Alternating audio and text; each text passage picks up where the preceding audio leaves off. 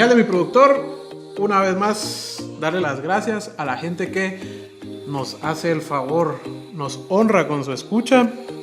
El jueves pasado te dije que me iba a ir por mi Reina Sofía de frutas, encantado. De verdad, buenos postres en la holandesa. Todos los Reina Sofía, yo me comí el de fresas, el de melocotón, el de frutas. Vamos a pasar esta semana, el fin de semana, nuevamente a ver con qué nos sorprende. Recomendadísimo. De entrada yo esos tres ya los probé, así que ya puedo dar fe y legalidad que son muy buenos. Así que los invitamos y le agradecemos nuevamente a la holandesa por estar una vez más en el programa, confiando en nosotros. Invitamos por supuesto a la gente que nos escucha que pase. Fácilmente mientras nos escucha, pudiera escucharnos mientras se come su pastel de la holandesa. Roberto, se te extrañaba por aquí. ¿Cómo estás? Pues bien, aquí viendo los acontecimientos en este país. Pero bien, te he visto muy activo antes de venir por acá, te vi muy activo en el Twitter, vamos a platicar al respecto. Vamos ahí brevemente. Lo que pasa es que al fin se eligieron los 5 titulares, 5 suplentes de la Corte de Constitucionalidad. Los 3 electos por el Congreso, la Corte Suprema y el Ejecutivo no tienen ninguna impugnación y tomarán posesión el 14 y el Congreso los va a juramentar.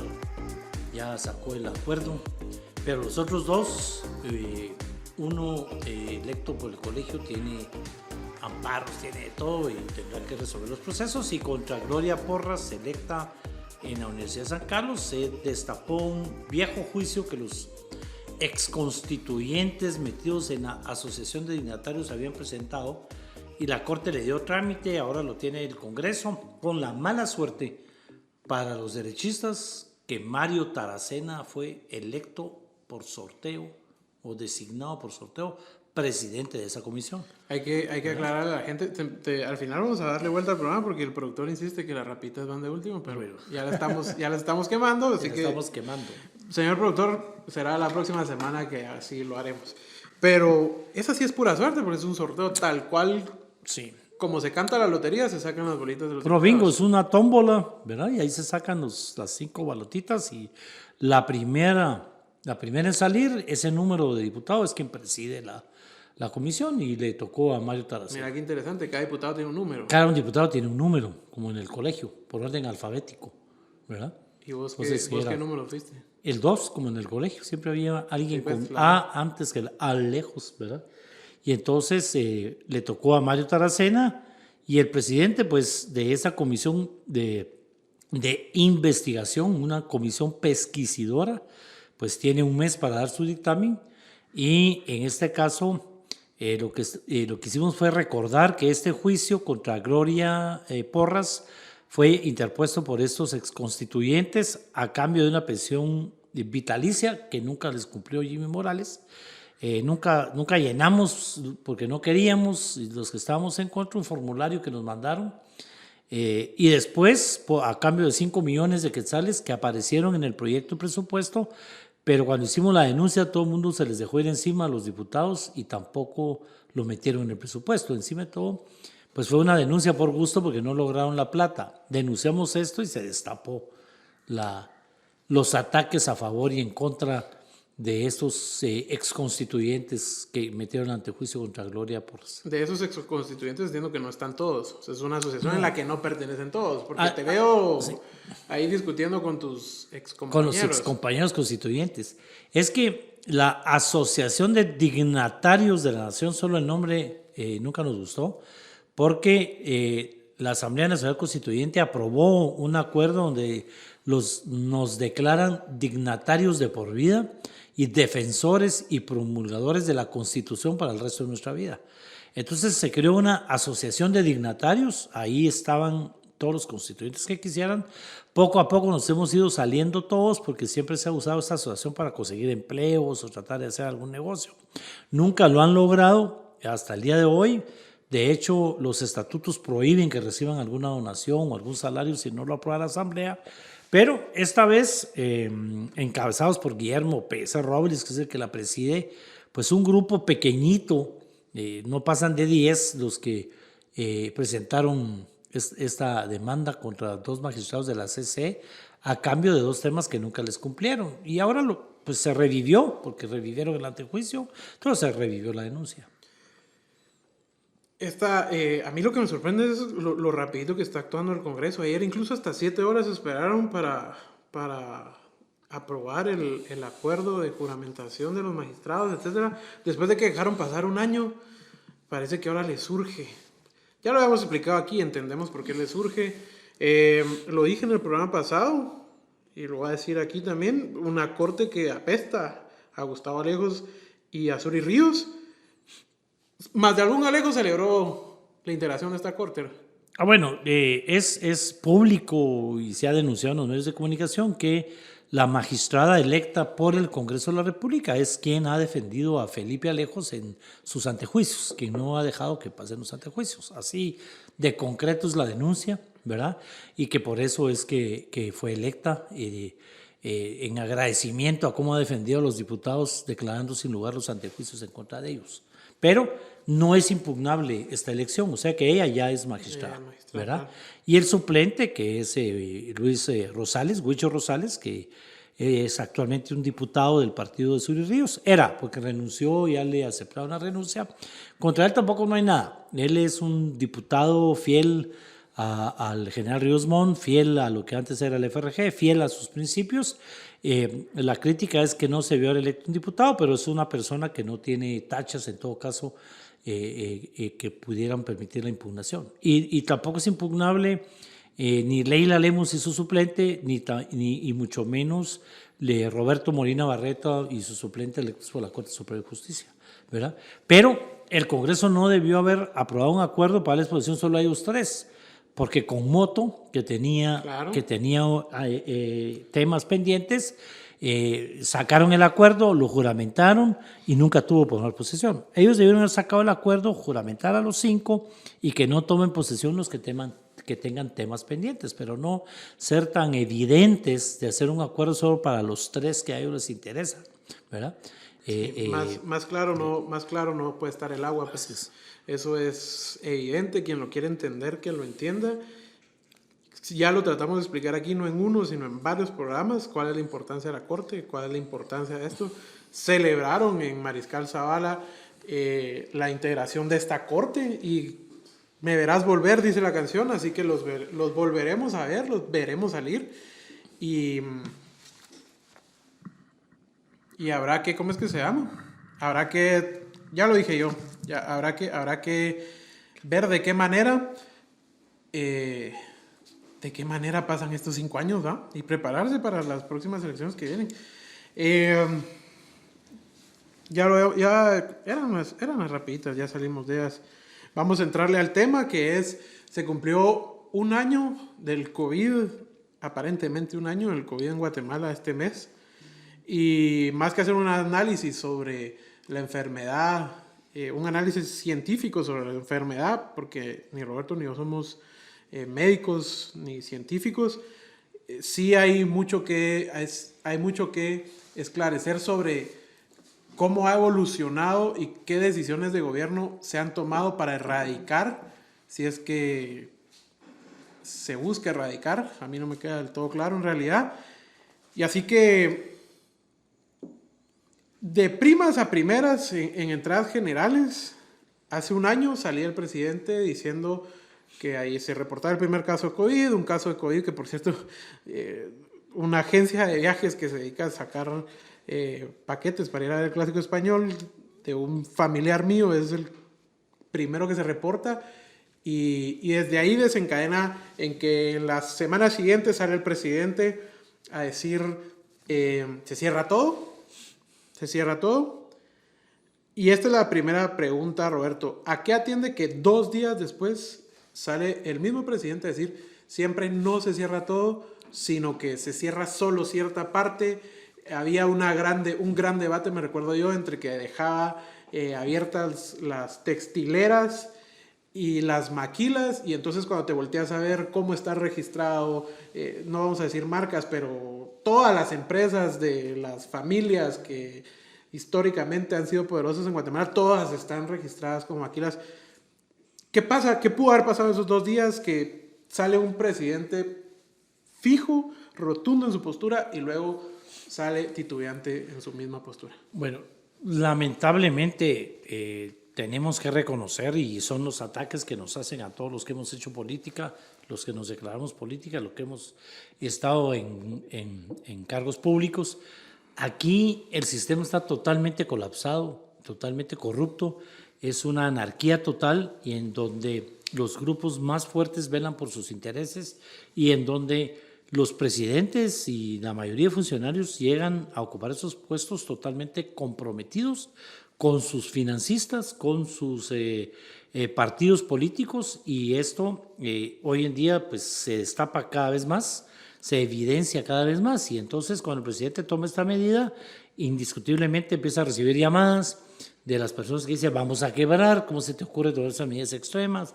En Guatemala la cosa todavía no es tan grave, y entonces él inventa lo de la tienda de Doña Chonita, los que están hacia la calle pueden abrir, y cambia de opinión. En un principio había anunciado temas duros con la telefónica, energía eléctrica y eso, después cambia de opinión y seguro recibe llamadas de las empresas para decirles no podemos económicamente regalar este servicio por 3 meses, sin imaginarse que iba a ser un año o más, que la gente se iba a ver en aprietos. Habla de que se pueden transportar libremente los alimentos, pero prohíbe los alimentos del campo porque no tiene seguridad que estén contagiados, y en cambio los de las fábricas sí tienen seguridad que no están contagiados.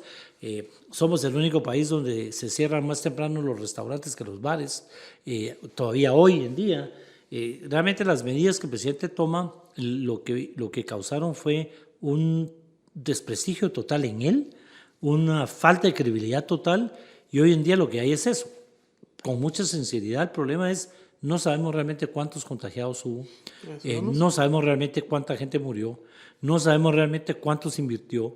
Lo que sí sabemos es que los programas sociales, si los podemos llamar así, que se aprobaron por el Congreso de la República, no cumplieron con su función. No alcanzó el dinero ni para los 3 meses que estaba ofrecido, y entonces eso causó una crisis económica terrible. Sabemos que la migración aumentó, lo que quiere decir que la crisis también aumentó. Sabemos que las muertes violentas aumentaron las muertes en motocicleta, son una de las principales razones de muerte en el país hoy en día, porque la falta de transporte, el transporte nunca regresó a la normalidad, es decir, la violencia de género se disparó. La violencia en general se disparó, y sobre todo la crisis económica total. Seguimos en una crisis terrible en el tema de la educación.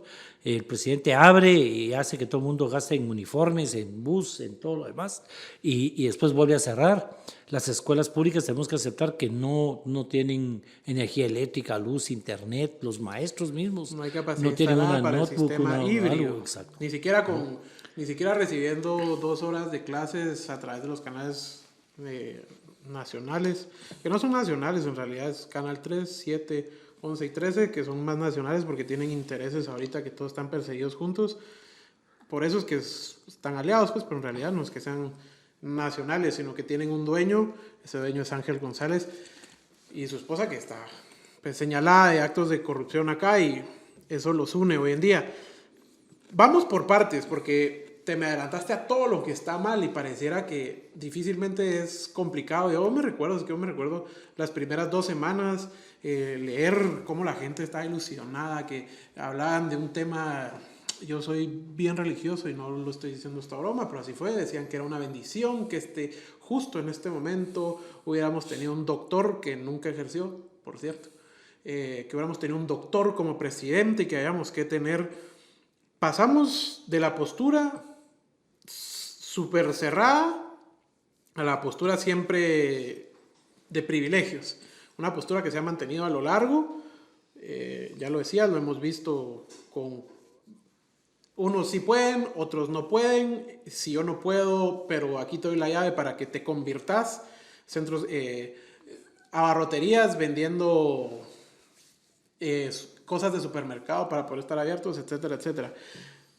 Pero pasamos de ese doctor que ya nos explicabas que es una serie de presiones de la gente que manda aquí, hay que decir, los que hacen cemento, los que venden pollo, los que nos venden la cerveza que seguramente nos iremos a tomar en Semana Santa, una serie más de familias que todos conocemos, llamaron y presionaron y dijeron, bueno, y entonces él tuvo que tomar la medida Y se va, y obviamente se va al Congreso a pedir dos cosas: dinero y estados de calamidad. ¿Qué representa para un gobierno poder, cuáles son los beneficios que representa para un gobierno poder gobernar a través de estados de calamidad? Bueno, primero lo que mencionaste, todo el mundo dando gracias a Dios porque nos había tocado un presidente médico.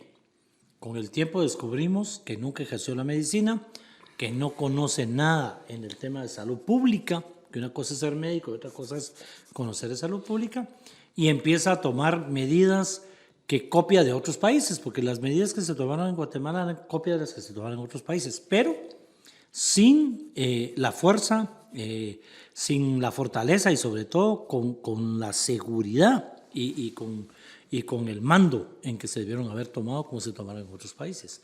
Y entonces ese fue el primer tema. El segundo tema es que las medidas realmente se convierten en medidas erráticas porque lo primero que hace es decir, nos vamos a encerrar y después empieza a soltar poco a poco, porque está bien, pues vamos a abrir, pero solo regístrense en el Ministerio de Economía, asegúrense que le van a dar transporte a su gente, que se tomen las medidas básicas, y realmente tuvimos toda la parte industrial abierta desde el principio. Los requisitos eran tomar las medidas mínimas de mascarilla, distanciamiento, lavarse las manos y ponerles transporte, pero ahí estuvo en las grandes empresas. Ese fue el primer tema. Mientras que la pequeña y mediana empresa sí tuvieron que cerrar, los obligaron a que lo hicieran el famoso home office y el trabajo desde su casa, lo cual significó que tuvieran que gastar en internet, empresas que no usaban internet, que tuvieran que conseguir computadoras, que la gente aprendiera los sistemas. Aquí estuvimos con un grupo de amigos dándoles clases a catedráticos universitarios de cierta edad que nunca en su vida habían dado una clase por Zoom o por internet o algo por el estilo, no tenían idea ni cómo usarlo. Es decir, medidas sumamente erráticas es el primer tema. Medidas sumamente erráticas porque copió de todo lo que viene del extranjero y después lo fue cambiando. Pero ¿cuál era la necesidad de ir tanto a esos estados de calamidad que se fueron ampliando y ampliando y ampliando? Porque llegó y pidió aproximadamente más de 30,000 millones para afrontar la crisis. Prometió hospitales, de los cuales hospitales, poner en el parque de la industria, si hubiera puesto 1 millón de camas, eso no es construir un hospital. Construyó 2, 3 o 4. Había prometido fácil el triple, no estuvo. El tema de los médicos, hay que recordar que durante los primeros 6 meses de la pandemia, los médicos de primera línea, pasaba uno por el Parque de la Industria y todos los días había noticieros recibiendo denuncias de médicos que no habían sido cancelados sus honorarios y sus servicios por estar ahí. Médicos de primera línea que estaban atendiendo directamente al paciente con COVID. Dentro de las denuncias que teníamos también estaba la denuncia de que las condiciones de quienes estaban dentro de los hospitales eran malas, incluso para los mismos enfermeros y médicos, recibían mala alimentación. Hubo sin fin de denuncias y sin fin de muestras al respecto. Entonces pasamos de los estados de calamidad, que insisto en que más, ¿qué beneficios tiene? Pasamos a dónde está el dinero, pero centrémonos en el estado de calamidad. ¿Qué beneficios tiene el gobierno a la hora de poder gobernar a través de estados de calamidad? A ver, primero, este gobierno empieza sin presupuesto. El gobierno anterior no le aprobó presupuesto al nuevo gobierno y este gobierno lo que hace es que no modifica el presupuesto del año pasado, sino que lo que solicita es una ampliación. La ampliación más grande de la historia de este país, el endeudamiento más grande de la historia de este país. Eso sí, por primera vez se vuelve a recurrir al Banco de Guatemala para no enriquecer a los bancos privados como ha sido la costumbre, con bonos que se venden al sector privado, y eso le da al gobierno cualquier cantidad de dinero. Este gobierno tuvo más dinero que cualquier gobierno en toda la historia del país y probablemente va a ser el año con más dinero prestado, pero mucho dinero. 2, como el presidente era médico, era nuevo, estaba en una crisis de una pandemia mundial y tenía plata suficiente, pide al Congreso de la República que le apruebe un estado de calamidad. ¿Qué significa un estado de calamidad? Es que el presidente de la República puede restringir temas de movilización que constitucionalmente no deberían de ser en su totalidad, pero él lo hace en su totalidad. Puede de alguna manera prohibir accesos a distintos lados, pero el tema más importante de un estado de calamidad es que el gobierno puede hacer todas las compras que quiera sin licitar, sin cotizar, o sea, de manera directa. Y eso es el principal tema. Pero como hay una crisis terrible, como el presidente tiene credibilidad, el 100% de los diputados, óigase bien, sin importar de qué partido político eran, votaron a favor de todos los estados de calamidad. Correcto. De manera que ahí empieza una responsabilidad de todo el Congreso, y aquí quiero hacer énfasis porque hay un papel en la oposición que, si bien reconocemos hay diputados y diputadas que son en primera línea, están haciendo bien su trabajo y que yo todavía los considero honestos, honrados, y me consta que en todas las legislaturas hay, pero aquí conozco bastantes, digamos, el papel de fiscalizar el uso del dinero y de denunciar qué fue lo que pasó durante todo ese tiempo no se ha hecho. Aquí lo que hicimos fue aprobarle al presidente de la República una carta blanca para que pudiera gastar en lo que fuera. ¿Qué esperábamos los que conocemos del gobierno? Que remodelara totalmente el San Juan de Dios, que remodelara totalmente el Roosevelt, son hospitales que están en el suelo y que realmente pudieron haberse remodelado y ampliado. Se pudo haber hecho, necesitamos 2 hospitales más, precisamente un hospital en Villanueva para la niñez y un hospital más grande porque los 2 que tenemos no se dan abasto y vienen, uno de la época de la Segunda Guerra Mundial y otro de la época del terremoto. O sea, desde entonces no tenemos hospitales en este país. Debimos haber construido un hospital o varios hospitales en vez de agarrar salones como el Parque de la Industria, que sirve para todo, ¿verdad? Claro. Votaciones, Parque de la Industria, la feria en el Parque de la Industria y ahora hospital en el Parque de la Industria, como que no tenemos otra cosa, y es como acudir rápido a las grandes bodegas para improvisar lo que sea.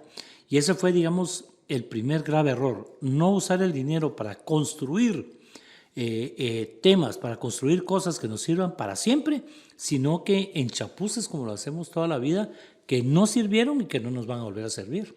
Yo entiendo perfectamente cuando decís que el 100% de diputados votaron a favor de los estados de calamidad, y a los pocos que tuve acceso, que considero yo que son bastantes valientes al mantener sus posturas de oposición, es que decían, Oso, básicamente tus argumentos, presidente nuevo, quedó y la gente está feliz porque encima es un presidente que él evitó que quedara Sandra Torres. La gente está sulfurada con él, hay una euforia por el doctor Yamatei. Nosotros no le podemos decir que no al estado de calamidad, no le podemos decir que no a los préstamos, porque entonces la gente nos va a comenzar a señalar como nosotros somos los que no estamos evitando que las cosas se den. Después de 3, 4 estados de calamidad, pues obviamente pues son diputados y bancadas que solo hay que ir a ver quiénes votaron a favor y quiénes en contra después del tercer estado de calamidad, y quienes razonaban su voto que fueron votando en contra. Ojo, solo aclarar esto. Y sí, o sea, al gobierno le daba para gastar en lo que quisiera, como quisiera, en las formas en las que quisiera. Entonces de ahí vienen las denuncias que comenzamos a ver. No hay hospitales, o sea, porque se llega y se pide dinero y se hace una lista de cosas que van a hacer. ¿Qué fue lo que pasó después? Después vino, ya lo dijimos, las faltas de pagos a los médicos. Hay una denuncia que a mí que la gente no le puso atención, pero me parece gravísima, de unas instalaciones mal hechas para suministrar oxígeno, que en el video se miraba cómo el oxígeno salía negro. O sea, eso es increíble, pues. Y es importante hablar de eso, porque estamos hablando hoy de esto, aparte de, ¿cómo es que se llama? Aparte de que porque se cumple un año, sino porque también este es el reto más grande que ha tenido que enfrentar este gobierno después de la desnutrición. Ya vemos que en los 2 está fallando, ya vimos las declaraciones del presidente. Yo no sé si tenés centavitos en tus cuentas y si los querés donar. Señor presidente, disculpe, se lo acabamos de decir, pues uno de los... ¿Qué te gusta, Roberto? El presupuesto más amplio en la historia democrática del país. ¿Para qué le estén mendigando centavos? Encima, hay que recordar, cualquier cantidad de donaciones por parte de las empresas privadas esas empresas que luego terminaron siendo las beneficiadas con la contrapostura del doctor Yamatei, decir siempre no va todo tan cerrado, no nos vamos a concentrar tanto y vamos a abrir. Pero es que... Y caemos ante todas las denuncias de los médicos, que era solo abrir Twitter en esas épocas, y además que se veía mucho Twitter porque no había nada más que hacer, estábamos todos encerrados, las denuncias de falta de comida, falta de camas, falta de suministros, falta de medicinas, falta de pago, en fin, caímos en dónde está el dinero. Eso fue lo siguiente, ¿dónde está el dinero, Roberto? ¿Dónde está el dinero? ¿En qué se fue el dinero? A ver, la gente que me ataca, que es mucha, y dice también en época de Colón, cuando era presidente, era igual, había una gran diferencia. Es decir, el estado de calamidad se aprueba por un mes.